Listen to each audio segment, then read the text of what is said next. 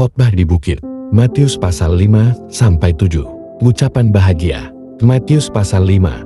Ketika Yesus melihat orang banyak itu, naiklah ia ke atas bukit, dan setelah ia duduk, datanglah murid-muridnya kepadanya. Maka Yesus pun mulai berbicara dan mengajar mereka, katanya, "Berbahagialah orang yang miskin di hadapan Allah, karena merekalah yang empunya kerajaan sorga. Berbahagialah orang yang berduka cita, karena mereka akan dihibur. Berbahagialah orang yang lemah lembut, karena mereka akan memiliki bumi. Berbahagialah orang yang lapar dan haus akan kebenaran, karena mereka akan dipuaskan. Berbahagialah orang yang murah hatinya, karena mereka akan beroleh kemurahan. Berbahagialah orang yang suci hatinya, karena mereka akan melihat Allah. Berbahagialah orang yang membawa damai, karena mereka akan disebut anak-anak Allah. Berbahagialah orang yang dianiaya oleh sebab kebenaran, karena merekalah yang empunya kerajaan sorga. Berbahagialah kamu, jika karena aku kamu dicela dan dianiaya, dan kepadamu difitnahkan segala yang jahat.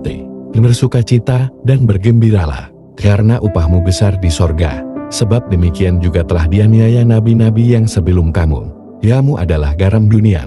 Jika garam itu menjadi tawar, dengan apakah ia diasingkan?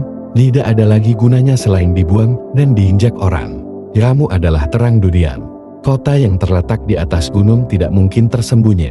Lagi pula orang tidak menyalakan pelita, lalu meletakkannya di bawah gantang, melainkan di atas kaki dian, sehingga menerangi semua orang di dalam rumah itu. Demikianlah hendaknya terangmu bercahaya di depan orang, supaya mereka melihat perbuatanmu yang baik, dan memuliakan Bapamu yang di sorga. Janganlah kamu menyangka bahwa aku datang untuk meniadakan hukum Taurat atau kitab para nabi.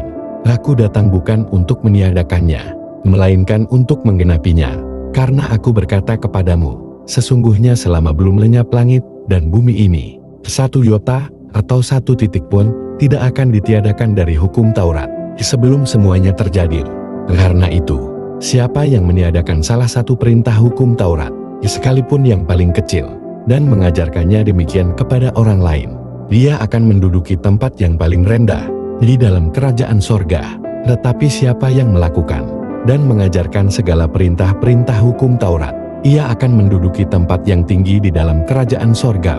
Maka aku berkata kepadamu, jika hidup keagamaanmu tidak lebih benar daripada hidup keagamaan ahli-ahli Taurat dan orang-orang Farisi, sesungguhnya kamu tidak akan masuk ke dalam kerajaan sorga.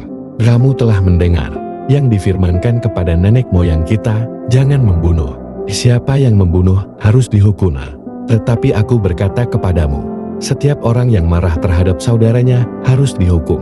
Siapa yang berkata kepada saudaranya, kafir, harus dihadapkan ke mahkamah agama. Dan siapa yang berkata, jahil, harus diserahkan ke dalam neraka yang menyala-nyala.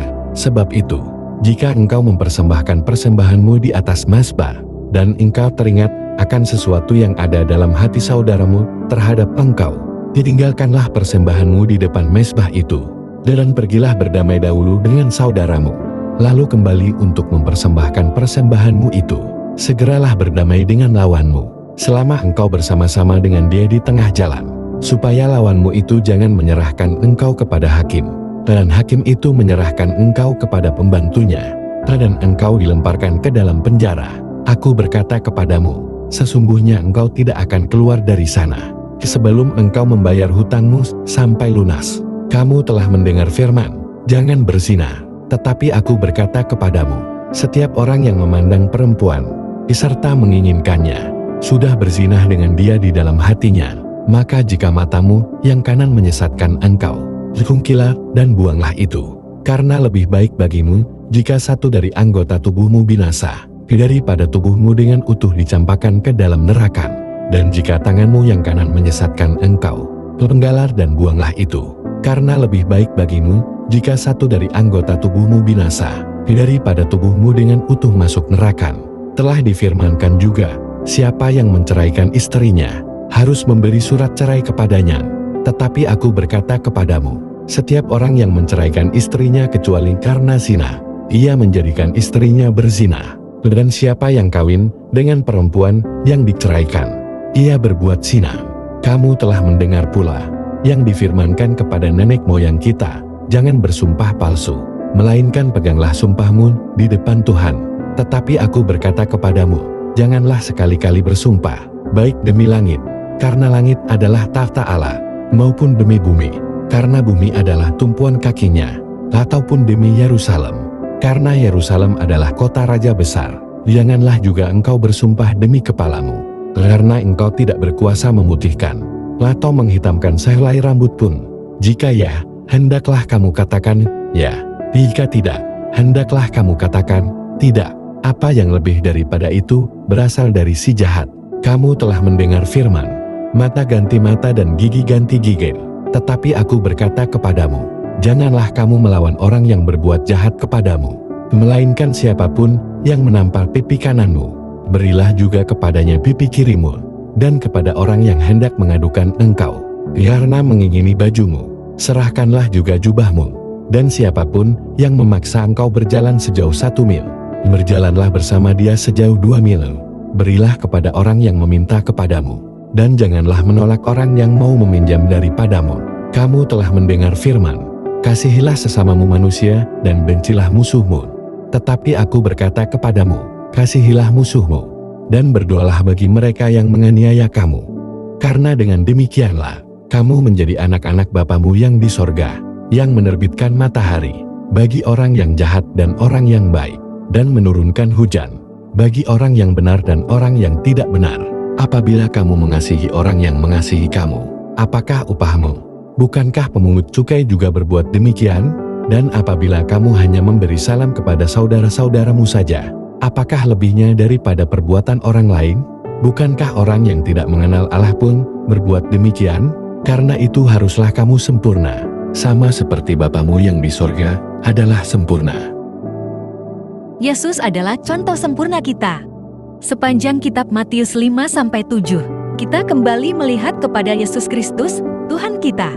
Yesus adalah contoh sempurna dari karunia menasihati. Ketika ia berada di dalam dunia, Yesus seringkali menghibur, menasihati murid-muridnya, dan juga orang-orang yang datang kepadanya.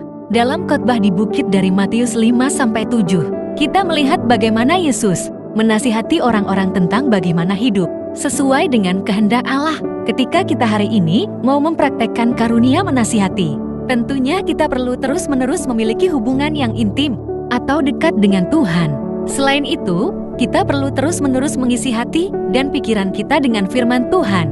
Sebab tanpa hubungan yang dekat dengan Tuhan, maka apa yang kita nasihatkan kepada orang mungkin saja berasal dari hikmat dan pengetahuan manusia, bukan apa yang sesuai dengan kehendak Allah. Jadi marilah kita terus-menerus menasihati dengan cara yang benar, yaitu dengan kita terus-menerus memberikan nasihat yang sesuai dan berfokus pada firman Tuhan.